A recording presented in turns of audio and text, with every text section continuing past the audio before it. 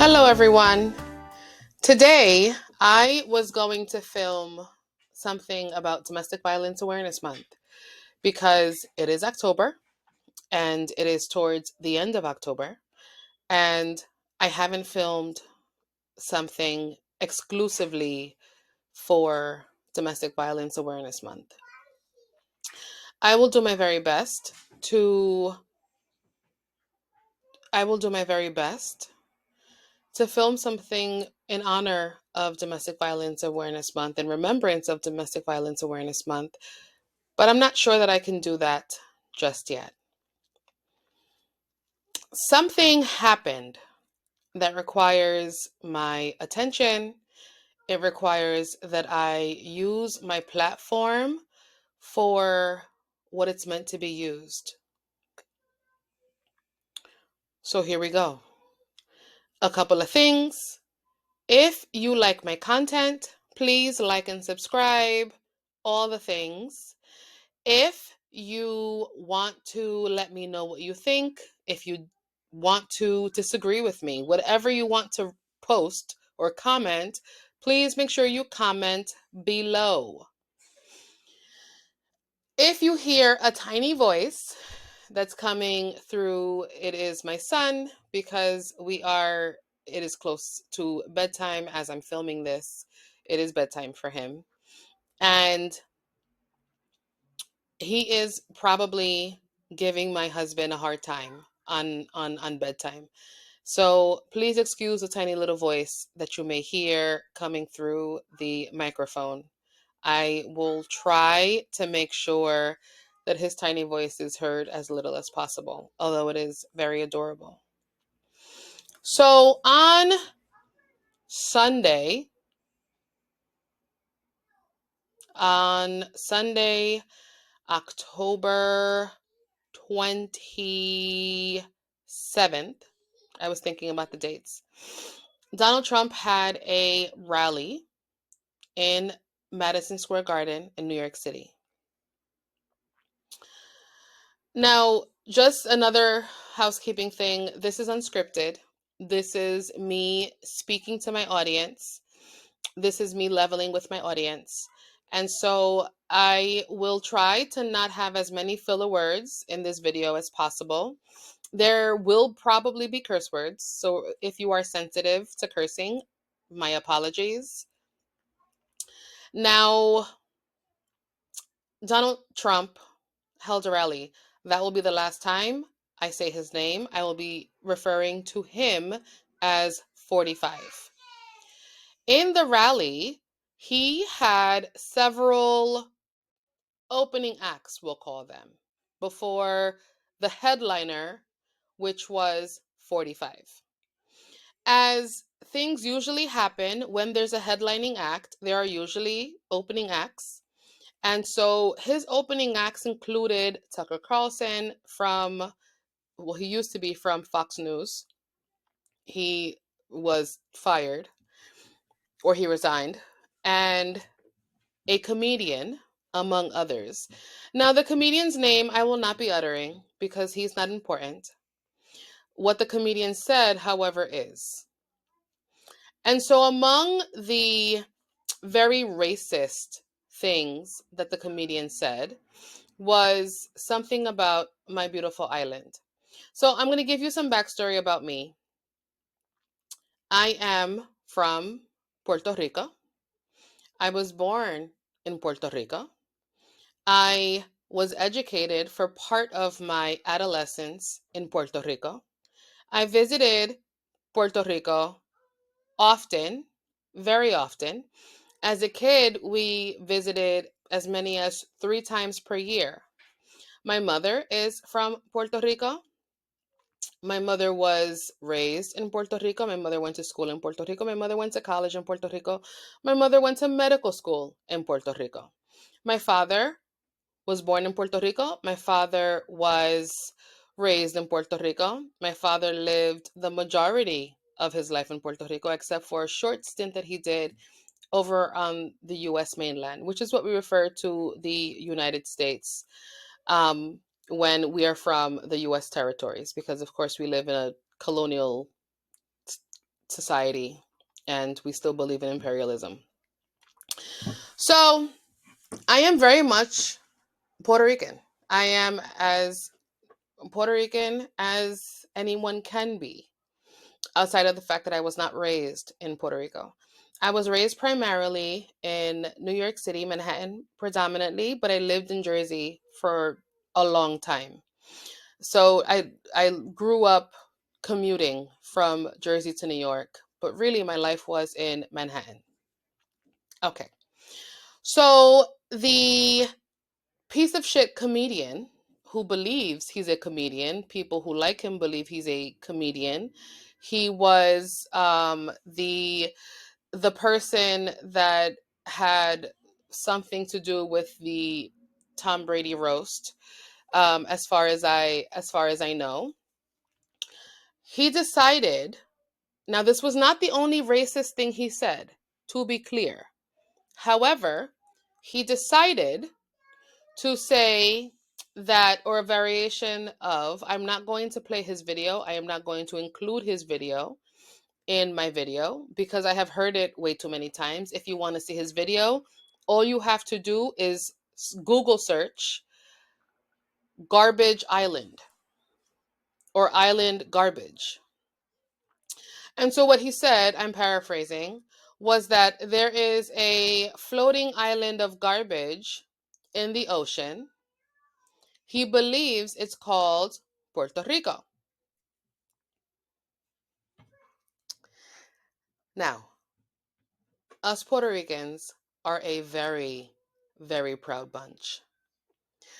Us Puerto Ricans are not happy with people that criticize our island. Our island is called La Isla del Encanto for a reason. Our island is a paradise. Our island is my home. That's where I came from. Now, yes, I am Black, and due to erasure of Afro-Boricuas, due to the erasure of the African diaspora, us Afro-Boricuas are not really common knowledge, right? People still have to navigate the idea that one can be both Black and from Puerto Rico. Please be sure that us Afro-Boricuas exist. Case in point, yours truly. Now, when he said that, it hurt. And the reason why it hurt is because many people do believe, racist people, that is, do believe that Puerto Rico is a garbage island. And here's my message to those people that believe that. If you believe that Puerto Rico is a garbage island, don't come. Don't make a pit stop. Don't stop on your cruise vacation. Don't come because you don't need a passport to travel to Puerto Rico if you're from the United States. Don't come. If you're coming because you want to dodge your taxes, or if you're coming because you want to destroy someone else's home, don't fucking come. Don't come. We don't want you here anyway. And when I say here, I mean Puerto Rico because I'm not filming from Puerto Rico. Now, I mean what I say when I say don't come.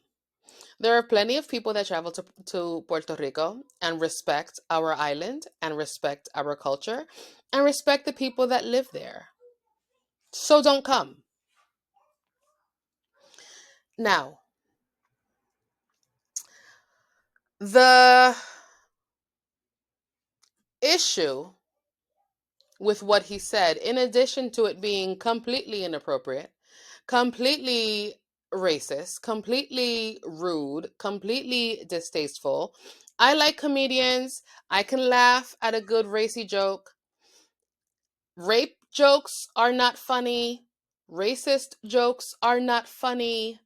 Those are not, that's not funny. Additionally, you don't usually find a comedian at a political rally when politicians are trying to buy people in, especially not comedians that are racy and racist.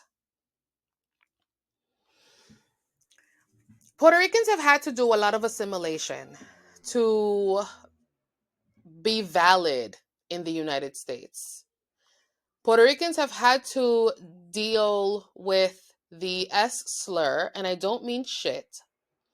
I mean the offensive S slur that is saved exclusively for people from Puerto Rico, myself included. And having someone that is as vile and hateful as that comedian to be a spokesperson for you is not the smartest political move that one can make. Now, I remember as a kid moving to the United States. I remember the process of having to learn a different language. I remember the process of people looking at me and saying, "But you're not Puerto Rican, you're Black. How can you be Puerto Rican? You don't look Puerto Rican." Because, of course, the Puerto Ricans that people associate with being from Puerto Rico are J-Lo, Mark Anthony, etc. And so his words touched a nerve because it validates all of those horrible experiences that we had trying to navigate the racist society that is American society. So, as I was processing the video that I was watching about someone calling my home a garbage island, I cried. I cried for all of the times that I had to justify my existence. I am just a US citizen as everyone else. I am as a US citizen as anyone that has been born on the US mainland. We have been US citizens since 1917. We are natural born citizens. And so having someone speak so diminishing and with such degradation for a whole people was definitely painful. And so here we are. Now, to be fair, 45's campaign released a statement saying that they basically disavowed what the piece of shit comedian said. Now, 45 himself did not come out and say anything. 45 himself did not disavow anything. His minions did. Second, they said, and they expect us to believe, that they had no idea that the piece of shit comedian was going to say what he said. It was on a teleprompter, and everything that comes out of someone's mouth, if they are representing someone, has to be cleared by that person's team, right? That's Management 101. For example, when you have a job, you can't speak to the media unless the executive people, the administrative people say that you can. Because you can't release statements on behalf of your employer without it being cleared by your employer first. What kind of leader is 45 expecting us to believe he is? He's asking us to vote for him to hold the highest office in the world, a world leader. What kind of leader is he that he doesn't check what someone is going to say on his behalf to the entire world? Does he expect us to believe that that is what he really did? No, no, no. That's not what happened. So, here's the call to action. Before I go there, please do not forget to like, subscribe, share, comment, all the things. Now, the call to action. Don't forget, as Mark Anthony said, we remember. We remember how 45 treated us when Huracán Maria happened. We remember how Trump threw paper towels at people as if we were dogs, as if paper towels would fix the issues that we had. We remember how horrible he treated us. We remember. Let's not forget. November 5th cannot come soon enough. Let's not forget. Let's always remember. Thank you.